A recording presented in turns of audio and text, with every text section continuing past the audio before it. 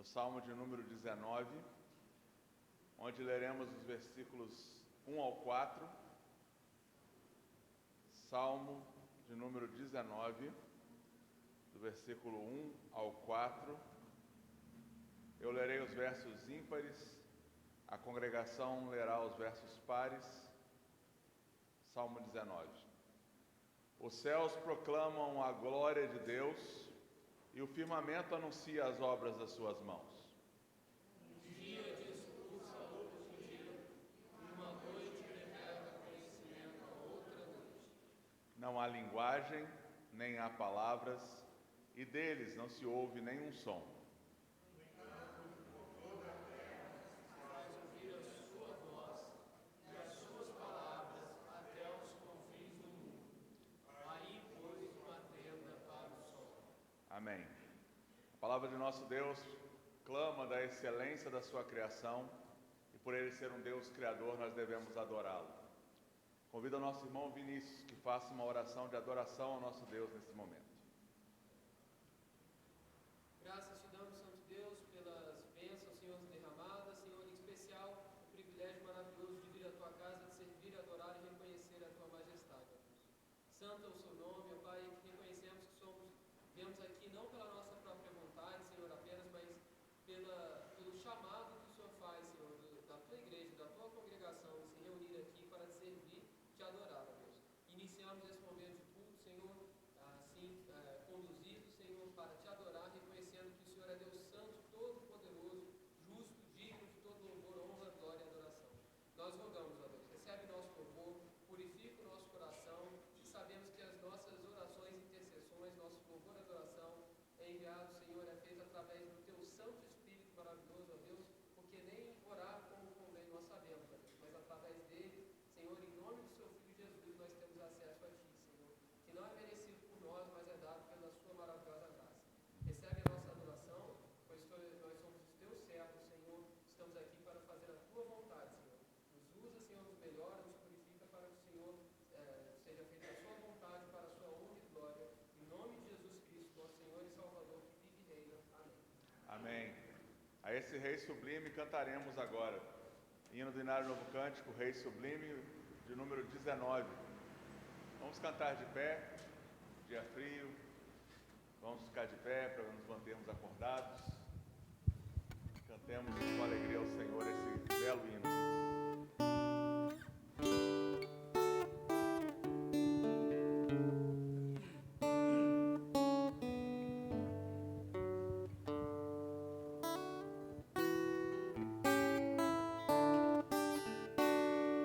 Ó Rei sublime, em majestade e glória, sobre as milícias do celeste além, ouve o louvor e os hinos de vitória, nos que de ti recebem todo bem, vindo a remir, filhos de Deus, cantai louvores que alcancem os céus, nos altos céus,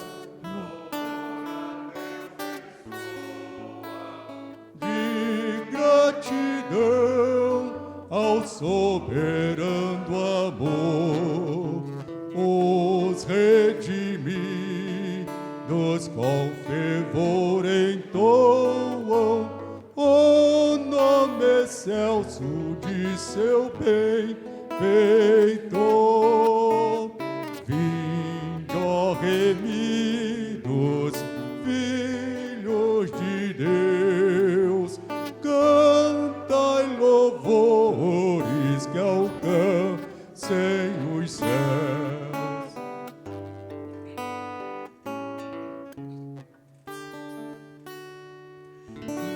Eterno Deus, teus filhos vês prostrados perante o brilho da superna luz. pois do pecado foram resgatados e agora rendem glórias a Jesus. Vinde, ó remidos, filhos de Deus, cantai louvores que alcancem os céus. Amém. Amados irmãos, abram comigo suas Bíblias lá no livro de Êxodo, no capítulo 20, no verso 12. Ainda estamos estudando o quinto mandamento. Êxodo 20, verso 12, que diz: honra teu pai e tua mãe, para que prolonguem os teus dias na terra que o Senhor teu Deus te dá. Agora, por favor, também comigo lá na carta do apóstolo Paulo à igreja de Roma, Romanos capítulo 12.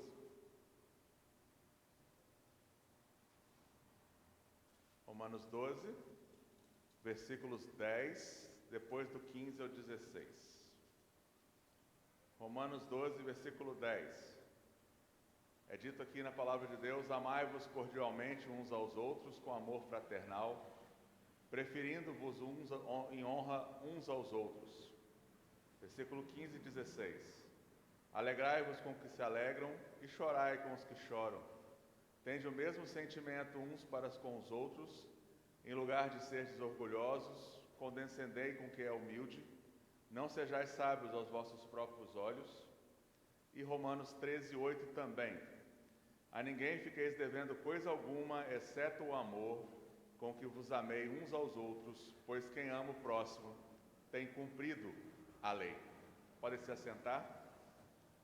O nosso catecismo maior, continuando ainda na explicação do quinto mandamento, nos ensina a relação dos iguais. Até então tínhamos falado, das relações entre superiores e inferiores, pais, mães e filhos, ou aqueles que têm um ofício acima dos outros, por vontade de Deus e exclusiva autoridade do Senhor. Mas agora, nas perguntas 131 e 132, falaremos sobre a questão dos iguais. Os textos de Romanos são bem aplicados a essa questão. E assim é dito nas respostas da pergunta do catecismo: quais são os deveres dos iguais? A resposta é: os deveres dos iguais são considerar a dignidade e o merecimento um dos outros, tendo cada um aos outros por superiores. Portanto, se aplica aos iguais também aquilo que foi explicado sobre superiores e inferiores. E regozijar-se nos dotes e na exaltação um dos outros como de si mesmos. Esses são os deveres. E, por consequência, os pecados são quebrar esses deveres, que é a resposta da pergunta 132. Quais são os pecados dos iguais? Os pecados dos iguais são, além da negligência dos deveres exigidos, o amor, a depreciação do merecimento, não reconhecer o que os outros estão fazendo de bom, a inveja dos dotes, ou seja, dos dons que Deus deu a cada um, os ofícios que Deus deu a cada um, os bens que Deus deu a cada um, ou seja, a inveja, a tristeza pela prosperidade de uns dos outros, nós devemos nos alegrar com os que se alegram, chorar com os que choram, e a usurpação da preeminência de uns sobre os outros, ou seja, não reconhecer que nós devemos considerar um ao outro como maior do que nós mesmos. Esses são os pecados e os deveres dos iguais. E mais uma vez, irmãos, nós devemos lembrar que nós estamos sempre quebrando essas coisas, infelizmente, porque nós fomos chamados para sermos santos. Como foi frisado hoje pela manhã, é um mandamento de Deus. Nós fomos separados para sermos integralmente dele, e para isso nós devemos viver de acordo com a sua vontade revelada na Escritura. Após reconhecermos que somos pecadores, devemos também agora confessar os nossos pecados e agradecer ao Senhor pelo perdão que Ele providenciou em Cristo Jesus, que sendo maior que todos nós, porque Ele é Deus, se humilhou e não se fez igual, se fez servo de todos. Que nós possamos aprender com o nosso Mestre e Senhor a viver desta maneira. Peço a Dona Ana Maria Silvestre, nossa irmã, que faça uma oração de confissão e agradecimento pelo perdão em nome de Jesus Cristo. Oremos.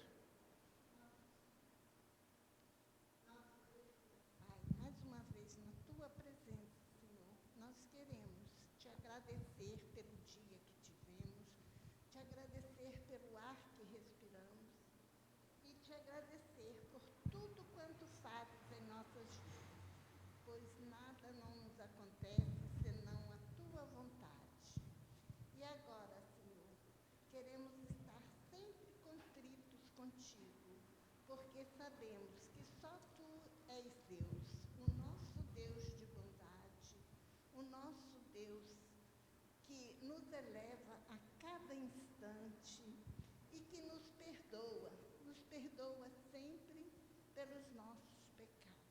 E nós não devemos permanecer nos mesmos, Senhor. Por isso, nós te pedimos e te agradecemos por tudo. Em nome de Jesus. Amém. Amém. Confessados os nossos pecados, agora cantemos ao nosso Deus, agradecendo pelo perdão, o hino do Inário Novo Cântico de número 71, que no Inário tem o nome de perdão. Alguns conhecem por contrição e confissão. Hino do Inário de número 71, do Inário Novo Cântico.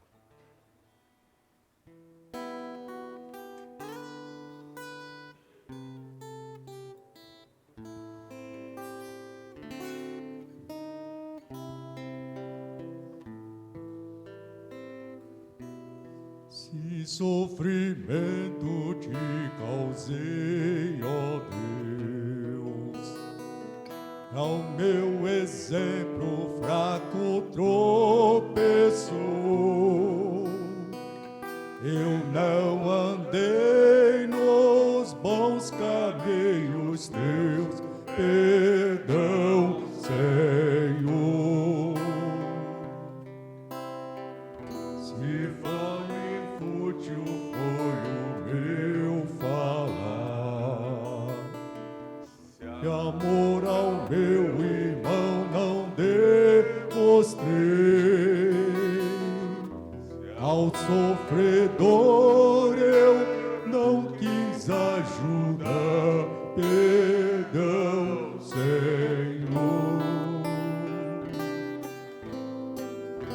Se negligente foi o meu viver, sem me dispor a pelejar por ti, e firme em meu trabalho eu não quis ser, perdão, Senhor.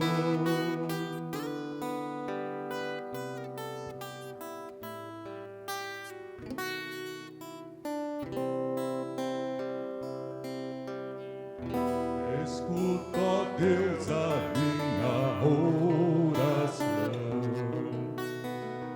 e vem livrar-me do pecado vil. Renova este pobre coração. Amém, Senhor.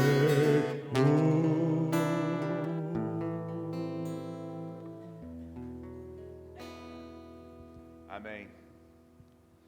Não só renova o nosso próprio coração, Senhor, como renova a Tua igreja.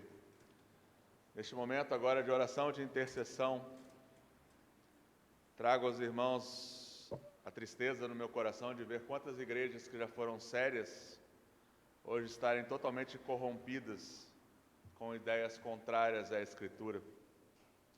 Tantas igrejas que, como acabamos de cantar um hino de autoria da senhora Sarah Paulton Kelly, que era esposa do primeiro missionário no Brasil, Robert Hyde Kelly, se entregaram ao neopentecostalismo, à busca de seguirem apóstolos, à busca de falsas revelações contrárias às Escrituras, e isso dá tristeza no coração. Precisamos realmente que a igreja se arrependa e nós possamos ter de novo um avivamento e um reavivamento da igreja conforme a palavra de Deus pede. Por isso vamos interceder pelas igrejas de nossa cidade, em primeiro lugar. Igrejas que manifestam tantas coisas contrárias à Escritura nesse momento, e que tantas pessoas, em vez de procurar a verdade do Evangelho, estão lá, achando que estão buscando a Deus. Eu peço à irmã Vânia que faça essa oração de intercessão, clamando ao nosso Deus para que o Senhor mesmo cuide da sua igreja, para que o candelabro não seja tirado dessa cidade. Vamos orar com a nossa irmã.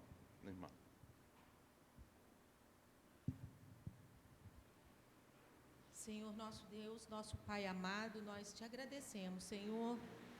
É o primeiro dia da semana, dia da ressurreição do nosso Senhor Jesus, dia que nos reunimos, Senhor, para te adorar em espírito e em verdade, ó Pai. Nós, como igreja, Senhor Deus, somos gratos porque a gente pode se reunir. A gente não tem impedimento nenhum para estar na tua casa, Senhor Deus. Temos alegria, Senhor Deus, de poder vir, ó Pai. Mas nós te suplicamos, Deus, pela nossa cidade, pelo nosso país, Senhor, pelas portas que se abrem para a adoração do teu nome, para que o teu evangelho, Senhor Deus, nessa cidade seja proclamado, Senhor Deus, a verdade da Escritura, aquilo que o Senhor revelou a nós, Pai, o evangelho puro e simples do nosso Senhor Jesus Cristo, ó Pai. Senhor, tira a heresia, Senhor Deus, desse local, dessa cidade, Pai. Tantos lugares que se abrem, Deus, trazendo o evangelho que não é o evangelho do Senhor, Pai. Nós te pedimos por avivamento da tua igreja, avivamento dos nossos corações, Senhor Deus, a começar por nós, que o fogo, Senhor Deus, nos encha, Senhor Deus, o teu Espírito Santo nos encha, para que a gente possa proclamar a tua palavra, Senhor Deus, para que a gente possa se alegrar, Senhor Deus, em estar falando cada vez mais, Senhor, cada vez melhor, porque conhecemos mais a tua palavra, conhecemos mais quem o Senhor é, Pai. Tem misericórdia de nós, abençoa, Senhor, a nossa igreja, abençoa cada irmão aqui, cada família que congrega aqui, Senhor Deus, e nós oramos também pelo nosso pastor, Senhor, pela família dele, Senhor Deus. O Senhor abençoe, Senhor Deus, porque ele tem sido um proclamador da tua santa e divina vontade, Senhor, e da tua verdade, Pai. Sustenta o teu servo, ó Pai, que ele sempre se esconda atrás da cruz de Cristo, proclamando as verdades, Senhor Deus, eternas. Ó Pai, nós te amamos, nós te suplicamos, Deus. Nós te amamos porque o Senhor nos amou primeiro, Pai. Tem misericórdia de nós. Oramos em o nome de Jesus Cristo, nosso Senhor, nosso Salvador. Amém. Amém. Confessando a nossa fé, irmãos, em nosso tempo aqui de ação de graças a Deus, a Confissão de Fé de Westminster, parte do nosso símbolo de fé como igreja presbiteriana, e o nosso sistema de doutrina, fala da vocação eficaz no artigo de número 4, o seguinte: os não eleitos, posto que sejam chamados pelo ministério da palavra, e têm algumas das operações comuns do Espírito, contudo, nunca se chegam a Cristo e, portanto, não podem ser salvos. Muito menos podem ser salvos por qualquer outro meio os que não professam a religião cristã. Por mais diligentes que sejam em conformar a sua vida de acordo com a luz da natureza e com a lei da religião que professam. Asseverar e manter que podem é muito pernicioso e detestável. O que esse artigo nos diz é que haverão não os eleitos que se dirão ser cristãos, mas nunca se chegarão a Cristo de verdade. Muitos desses se levantarão como líderes de chamadas igrejas, mas não conduzirão o povo a Jesus, porque nunca nasceram de novo. É por isso que eles focam em coisas paralelas, como herdar este mundo e as riquezas deles, buscar só o que é deste tempo e não anunciar o novo céu e a nova terra e a salvação que está em Cristo, e que nos leva a partilhar dos sofrimentos do Senhor. Por isso temos tantas falsas igrejas e falsos crentes em nosso tempo. Continua o artigo de nossa fé dizendo que ninguém poderá ser salvo porque ele faz direitinho o que a religião dele exige. Ninguém será salvo sem a pregação da palavra de Deus e o Evangelho de Jesus Cristo. Não interessa se ele se conforme perfeitamente àquelas instruções. Não interessa se ele nasceu na religião judaica, mas se ele não crê no Messias, ele não será salvo. Ele não tem a vocação do Espírito. Só aqueles que professam a verdade do Evangelho serão salvos. Não há espaço para universalismo no cristianismo. Tem gente por aí que fica professando que todos serão salvos. Ou serão salvos agora ou serão salvos numa segunda oportunidade depois. Não existem segundas oportunidades. Ou a pessoa crê em Jesus nesta vida, ou ele estará julgado, culpado no dia do juízo. A palavra de Deus diz em Hebreus: aos homens está ordenado morrerem apenas uma vez, e depois disso vir o juízo. Portanto, irmãos, nós não podemos, como cristãos verdadeiros, nos deixar ser enredados por ideias de que aquela pessoa vai na igreja, ela vai ser salva. Ninguém será salvo por causa da igreja.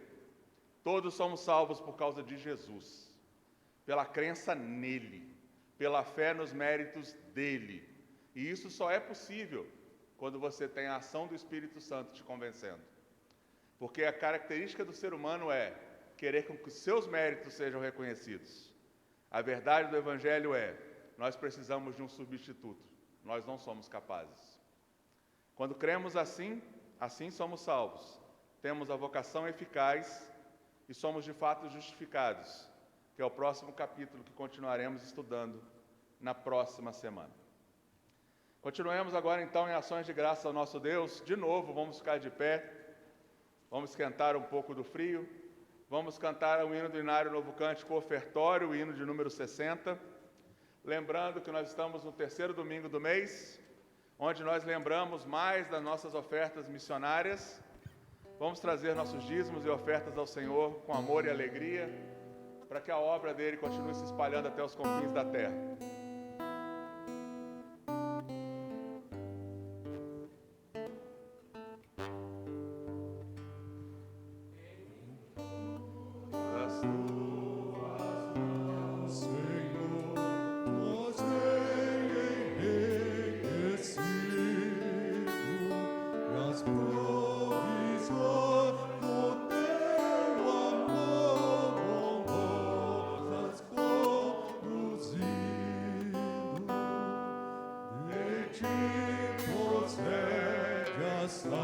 Salvação e as bênçãos incontáveis, e dia de honra nos dão nas tuas mãos amáveis. Em ti vivemos, ó Senhor, em ti nos alegramos na comunhão do puro amor que Cristo desfrutamos.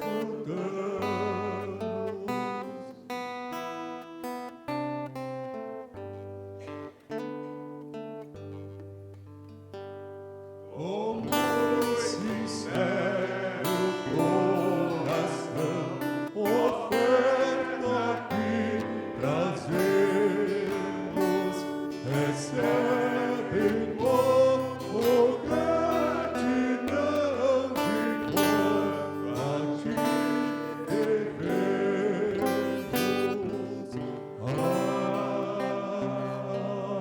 Amém. Vamos orar com o nosso irmão diácono agora, agradecendo ao Senhor pela possibilidade de trazer dízimos e ofertas à sua casa e por iluminação do Senhor durante a pregação da palavra. Oremos. Senhor nosso Deus, querido Pai, aqui viemos, ó Deus, para alegrarmos e bendizer o nome do Senhor. Agradecemos, ó Deus, por cada um que aqui se trouxeram seus dízimos, suas ofertas. Esteja, ó Pai, abençoando aos nossos irmãos, que nunca venha faltar, ó Deus, para eles o pão de cada dia, e que eles possam sempre buscar a direção e orientação do Senhor, enquanto vida Senhor der a cada um de nós, porque nós sem Ti nada somos e nada possamos fazer. Fica conosco, ó Deus, e dá-nos, ó Deus, entendimento para que possamos ouvir a Tua palavra e aprender cada dia mais. É que oramos, agradecemos no nome de Jesus. Amém. Amém. Vamos cantar agora 3 hinos com o nosso grupo de louvor, nos preparando para o sermão.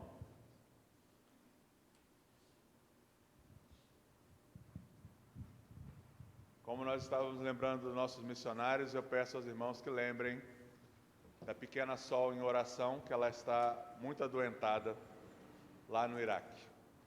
Lembrem dela em oração.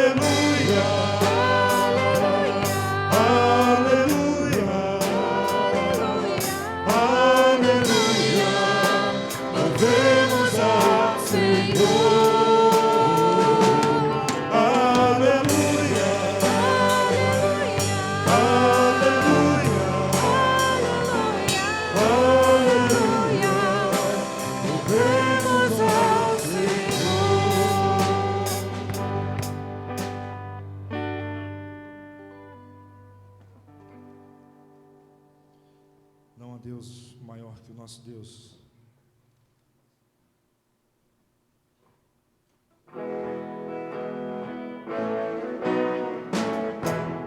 Não há Deus maior, não há Deus melhor, não há Deus tão grande.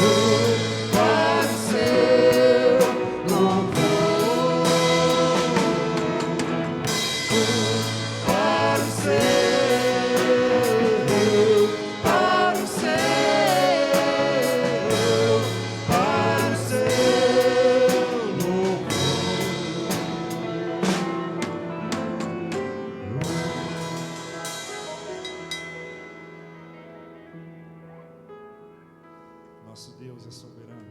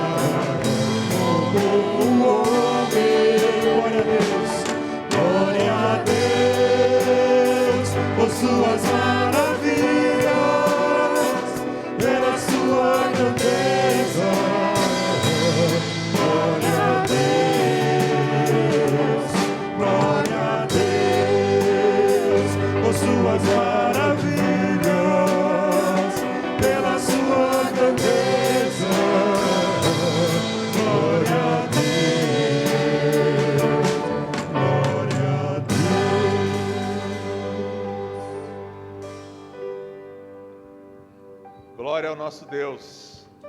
Convido os irmãos que abram suas Bíblias no Evangelho de nosso Senhor Jesus Cristo, segundo o apóstolo João, capítulo 2.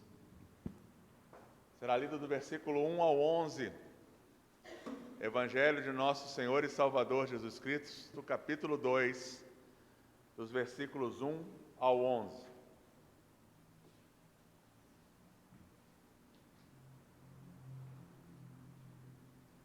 Assim diz a toda suficiente palavra de nosso Deus, necessária para a nossa vida, única regra de fé e prática do cristão. 3 dias depois, houve um casamento em Caná da Galileia, achando-se ali a mãe de Jesus. Jesus também foi convidado com os seus discípulos para o casamento. Tendo acabado o vinho, a mãe de Jesus lhe disse: eles não têm mais vinho. Mas Jesus lhe disse: mulher, que tenho eu contigo? Ainda não é chegada a minha hora. Então ela falou aos serventes: fazei tudo o que ele vos disser. Estavam ali 6 talhas de pedra que os judeus usavam para as purificações, e cada uma levava de 2 a 3 metretas. Jesus lhes disse: enchei de água as talhas, e eles as encheram totalmente. Então lhes determinou: tirai agora e levai ao mestre-sala. Eles o fizeram.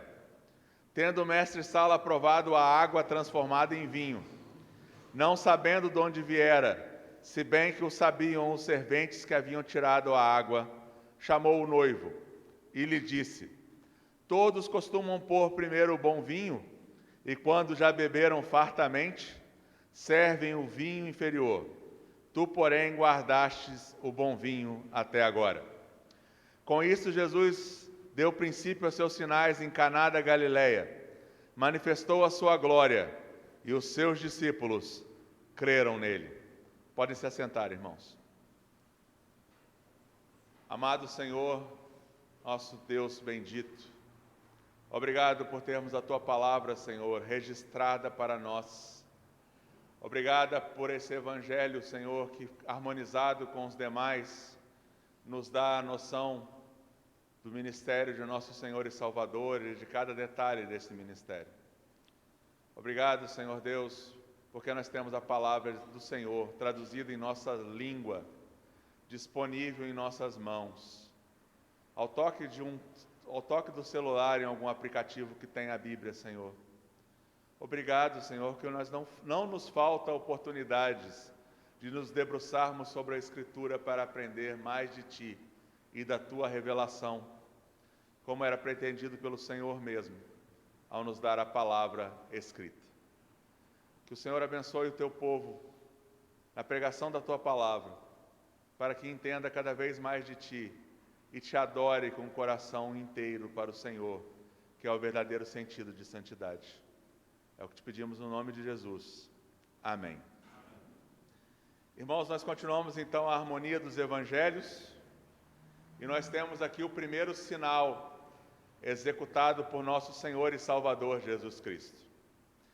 João usa o tempo todo o termo sinal e não milagre. Se você ver comigo lá no final do Evangelho, nós vamos ver o propósito pelo qual João escreveu este Evangelho. Só um instante. Mas o objetivo do Evangelho está no Evangelho de João, capítulo 20, nos versículos 30 e 31. Assim diz João: na verdade, fez Jesus diante dos discípulos muitos outros sinais que não estão escritos neste livro. Estes, porém, foram registrados para que creiais que Jesus é o Cristo, o Filho de Deus, e para que, crendo, tenhais vida em seu nome. Por isso, João registra, numa seleção que ele faz dos sinais, os principais sinais de Jesus Cristo no Evangelho de João. Por que ele não usa o termo milagre? Porque muitas vezes o termo milagre só está associado com aquela coisa física, natural que foi feita.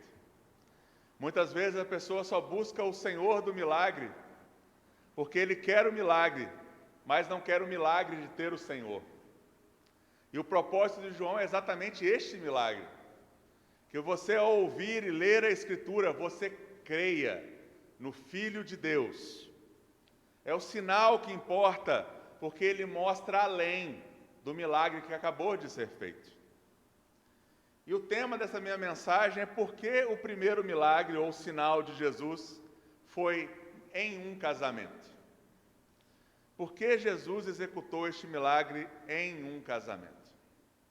Por que nós cantamos tantos hinos glorificando Ele como Criador? Exatamente porque o sinal associado aqui está associado com esta característica do Filho de Deus, de ser o Criador. Observe comigo os versículos. Primeiro, o preâmbulo dele. Versículo 1 diz que 3 dias após o Senhor ter ido com seus primeiros 6 discípulos até a região da Galileia, ele foi convidado para um casamento em Caná da Galileia. Primeiro é nos registrado que ali estava a mãe de Jesus. João nunca chama ela de Maria. Ele sempre usa o termo mãe de Jesus, para que ela não seja confundida com outras Marias. Para que ninguém invente que Tiago e Judas eram primos de Jesus e não irmãos, meio-irmãos, filhos de Maria e de José. João não dá essa oportunidade a ninguém para criar essa heresia, como acabaram criando. Por isso ele chama ela sempre de a mãe de Jesus. Sendo Jesus provavelmente nesse tempo o arrimo da família, já que ele já não era mais chamado de filho do carpinteiro, mas de carpinteiro, sendo ele então o substituto provavelmente de José, que já deveria ter morrido naquele tempo, ele também foi convidado com sua mãe para este casamento, assim como seus irmãos. Provavelmente aquele que os convidara era parente da família. E Jesus vai e leva seus primeiros 6 discípulos, que, como eu expliquei no sermão passado, provavelmente inclui João, já que João não se identifica normalmente no seu evangelho. Ele também se chama de discípulo amado, ou o discípulo. E os primeiros 2 discípulos que ouviram a pregação de João Batista e seguiram Jesus, nos dito que um deles não tem um nome. Nós temos André, que era o irmão de Pedro, e o outro que não tinha um nome, provavelmente era João. Esses 6 discípulos vão ao casamento com Jesus. E aí nós temos o que acontece no versículo 3. Tendo acabado o vinho, a mãe de Jesus lhe disse: eles não têm mais vinho. Provavelmente, como eu já disse, ela se importava e sabia desse detalhe exatamente porque era parente da família. Ela se volta para Jesus não como quem espera que Jesus faça um milagre, mas ela se volta para Jesus como aquele que é o arrimo da casa, aquele que é o homem da família. Ela, como viúva, procura o seu filho mais velho para que ele possa saber da situação e, quem sabe, tomar alguma ação para que aquele noivo não passe vergonha. No Antigo Oriente, as festas costumavam demorar 1 semana. E o noivo era o responsável por manter essa festa acontecendo essa semana inteira. Se faltasse qualquer elemento da festa, principalmente a questão do vinho, era vergonha para aquela família. Então, quando Maria se volta para Jesus, ela se volta para perguntar para ele se haveria alguma forma de não permitir que aquele noivo passasse vergonha. Mas observamos a resposta de Jesus, que causa muita estranheza às pessoas. Mas Jesus lhe disse: mulher, que tenho eu contigo? Ainda não é chegada a minha hora. Para entendermos esse ponto aqui do texto, nós devemos compreender algumas coisas.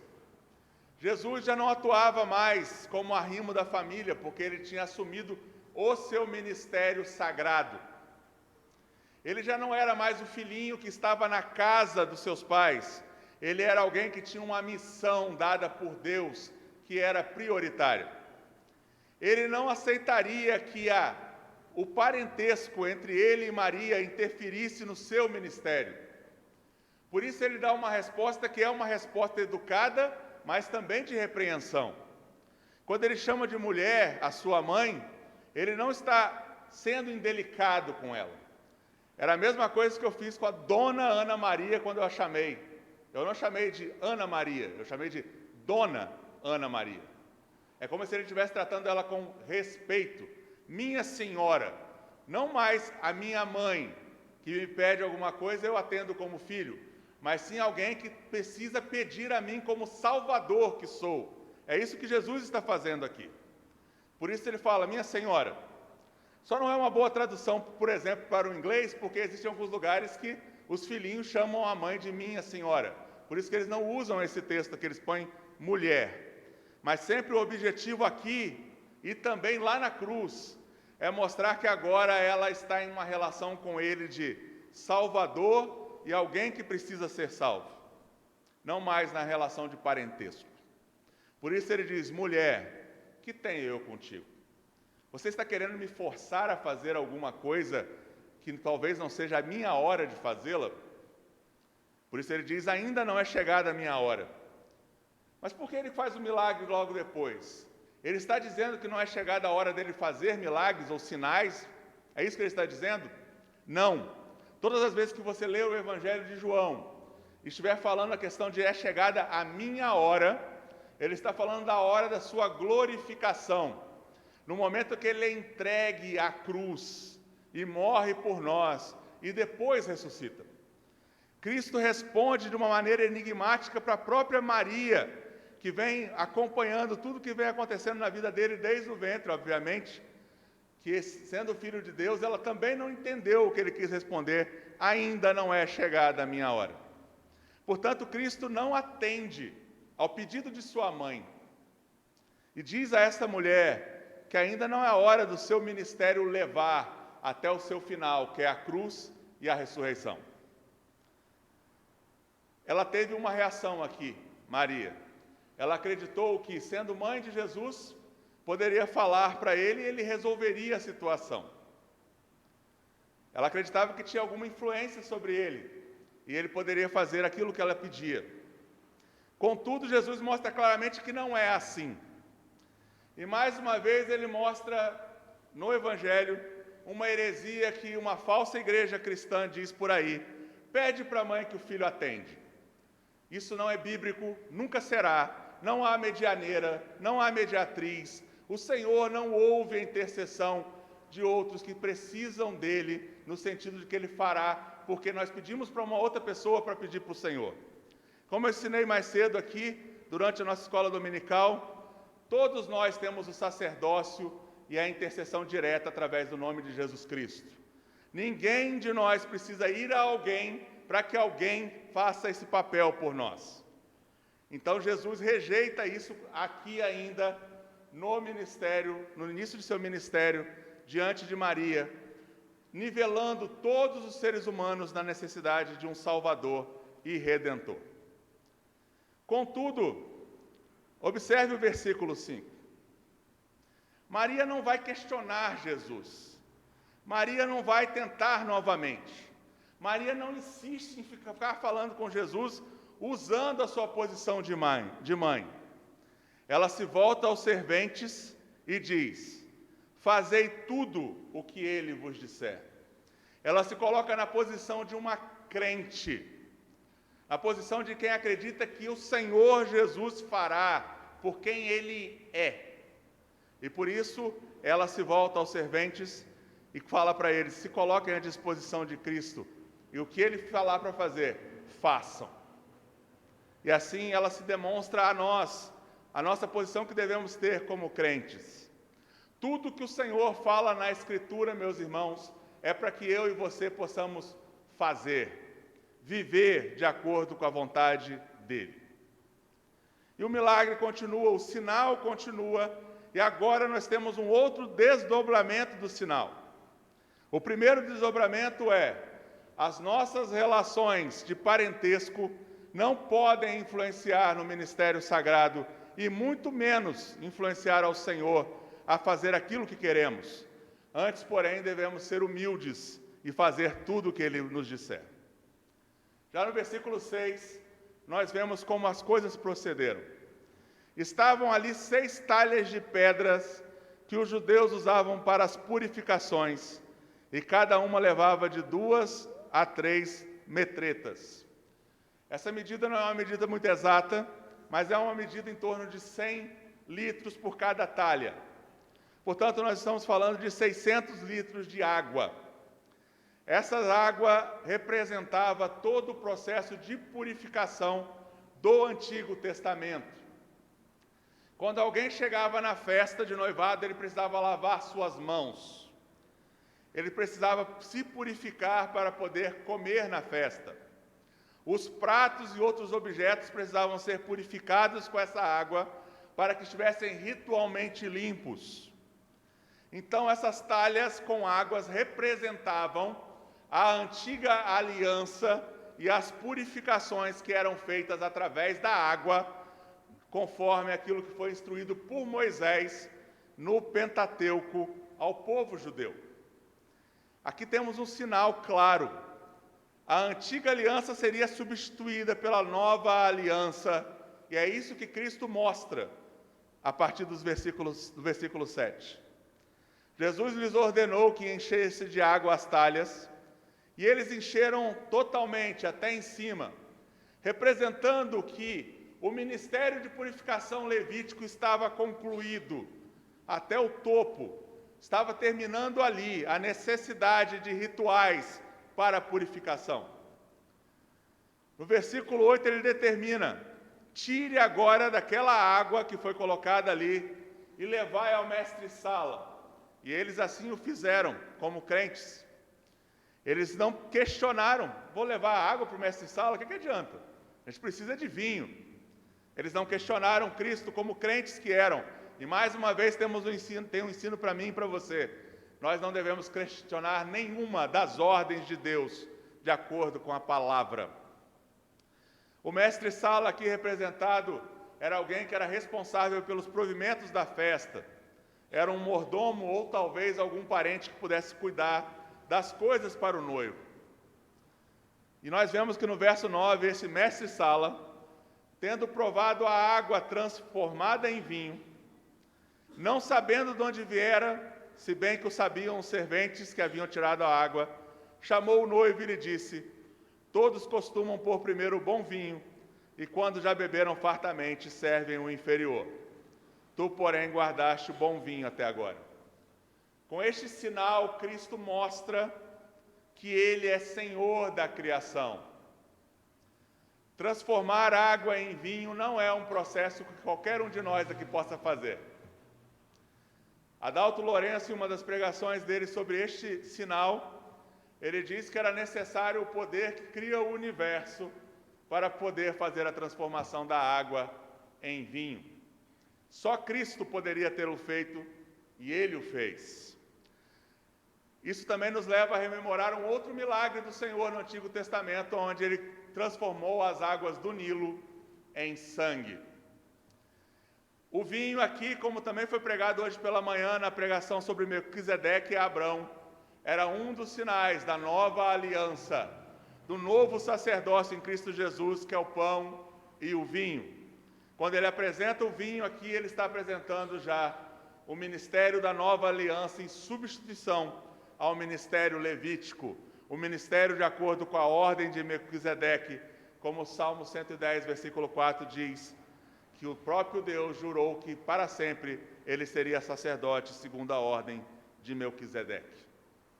Portanto, nosso Senhor e Salvador Jesus Cristo, como Criador que é, transformou água em vinho, anunciou a nova aliança nele mesmo, através desse primeiro sinal.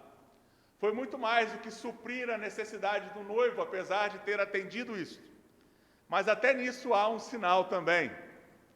Porque quando Jesus supre a necessidade daquele noivo que passaria vergonha diante da família da noiva, e pelo processo judaico ele poderia ser processado pela família da noiva por ter envergonhado a família por faltar suprimentos, ele mostra que ele é o nosso provedor, que ele atenderá às nossas necessidades, não às nossas vontades, mas às nossas necessidades.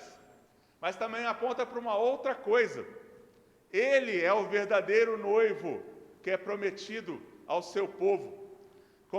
Como é sabido de todos nós, ele faz um milagre num casamento, exatamente porque o casamento é a primeira instituição criada por ele. Deus criou a primeira instituição na terra, foi unindo um homem e uma mulher, que é a joia da criação.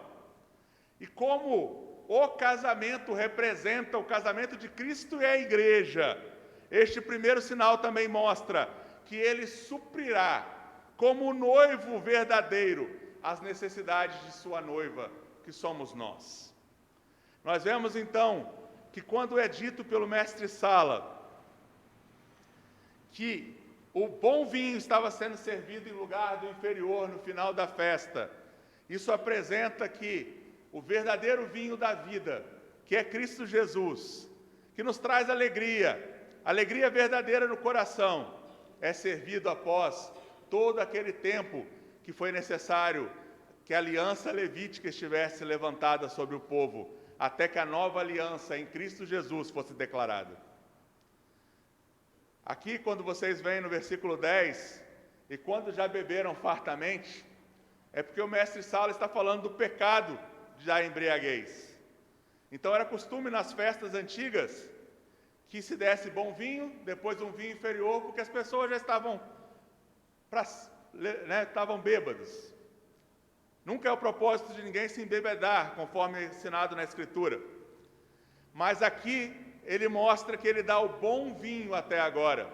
O vinho que deve ser aproveitado para a alegria, o vinho da felicidade em Cristo Jesus. O vinho que nos afasta do pecado, em vez de nos fazer cometer pecado.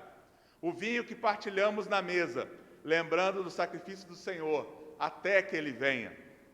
É por isso que aqui está sendo anunciado, através da transformação da água em vinho, que Ele é o Criador, que Ele é o sumo sacerdote da nova aliança no seu próprio sangue, que Ele é aquele que era o prometido das nações. O versículo 11, terminando essa pregação, nos mostra que com este sinal, Ele deu princípio a todos os seus sinais. Ele deu o primeiro sinal em Caná da Galileia. Caná da Galileia, que como foi dito na semana passada, era a terra de Natanael. O Natanael que disse, pode vir alguma coisa boa de Nazaré? E que Filipe confrontou, vem ver. E agora Natanael está vendo. Natanael está vendo o primeiro milagre. Ele está presenciando Jesus Cristo fazendo o princípio dos milagres, de tantos que ele fez, como João disse, no propósito do seu evangelho. E um detalhe que às vezes é perdido na leitura simples do texto. E ele manifestou a sua glória, e os seus discípulos creram nele. Não é dito que os serventes conseguiram ver a glória, apesar de terem visto o milagre. Não é o sinal ou o milagre que faz alguém ser convertido. É uma mentira dizer que as pessoas precisam ver milagres para serem convertidos. Não é assim que funciona. As pessoas são convertidas pela pregação do Evangelho. Isso é muito claro na Escritura. A unção da Igreja de Jesus Cristo é o Evangelho, é a palavra. Os milagres podem ser acompanhados, os sinais podem ser acompanhados. Se cremos, veremos a glória de Deus. Os discípulos creram e viram a glória de Deus. A glória daquele que a hora dele chegaria, que seria crucificado, mas ressuscitaria por nós. Os serventes não viram. O mestre Sala e o noivo não souberam que havia acontecido tal coisa durante a festa. Só os discípulos creram. E isso volta àquele ponto da vocação eficaz. Só os eleitos, os que se tornam discípulos de Jesus, são aqueles que creram e verão a sua glória, aqui e na eternidade. Serão os olhos que verão o Senhor voltando nos ares, e adorarão a Deus, e glorificarão, e se alegrarão, porque o seu Senhor está com eles.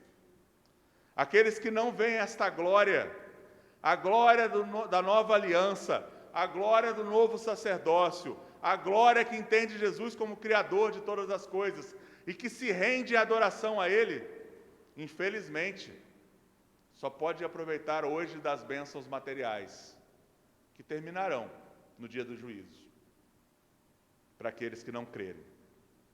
Portanto, irmãos, nós vemos que os sinais foram feitos para mostrar muito mais do que aquela necessidade atendida. Se o Senhor ainda hoje cura, e Ele cura, Ele não precisa de homens com dons de cura para isso hoje. Ele cura porque Ele faz um sinal dEle, para que Ele seja glorificado, não os homens. Infelizmente, em nosso tempo, nós vemos homens que fazem supostos milagres para que eles se exaltem, não para que o nome do Senhor seja exaltado. Os apóstolos, eles fizeram milagres através do Santo Espírito de Deus, mas sempre apontaram para Jesus. Por isso que Martinho Lutero dizia: estou satisfeito com o dom das Escrituras. Qualquer lugar que chova milagres todos os dias, mas não tem as Escrituras, devem ser rejeitados, porque não tem a vontade de Deus revelada na palavra. É o que temos visto. Muitos falsos milagres, muitas pessoas recebendo para aparecer na televisão e dizendo que ouviram um sinal, que foram curados, que não precisam mais de uma muleta. Tudo isso, meus irmãos, hoje em dia, com informações fidedignas de quem já trabalhou nos bastidores disso, não passa de encenação, não passa de pessoas que receberam dinheiro. Nosso irmão missionário Nilton está pregando lá hoje na 9ª igreja. Ele teve numa dessas igrejas um dia e alguém atestou o sinal de que tinha sido curado da visão. Nilton é cego de nascença, curado da visão. E aí o homem que dizia ter dom de cura perguntou para aquele ex-cego, segundo ele: quem é o seu irmão que está aqui com você hoje? Ah, é aquele de blusa verde listrada lá. E ele pensou no coração dele: como que um cego sabe qual é a cor verde e ainda o que é um listrado? Então nós vemos claramente que os sinais devem ser sempre para a glória de Jesus e não para as glórias dos homens. Mas só os discípulos crerão através dos sinais.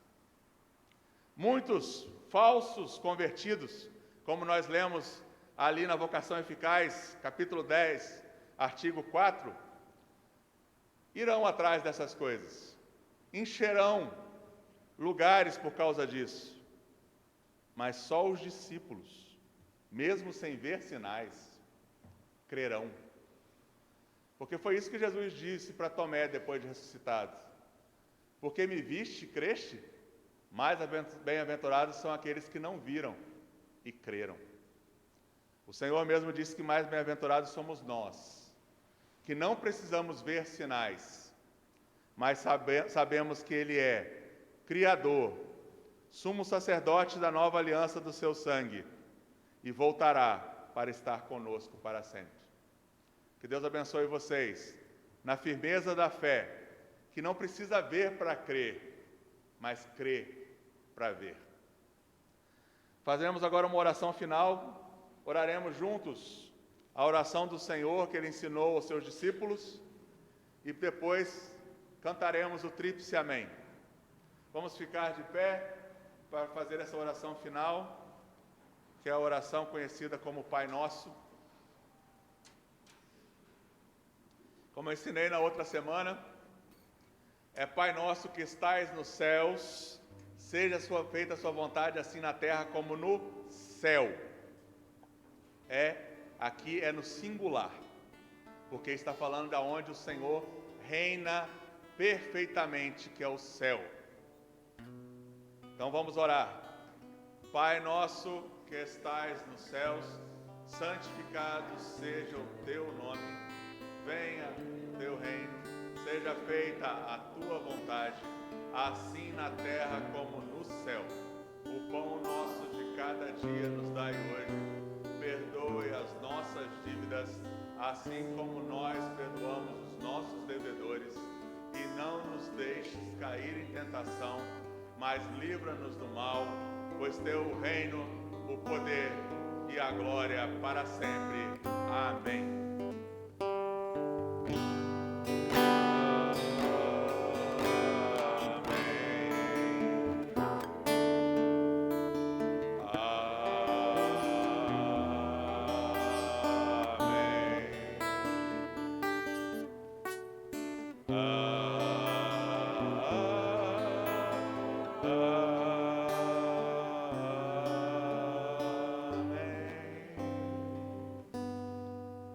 Pode se sentar, irmãos.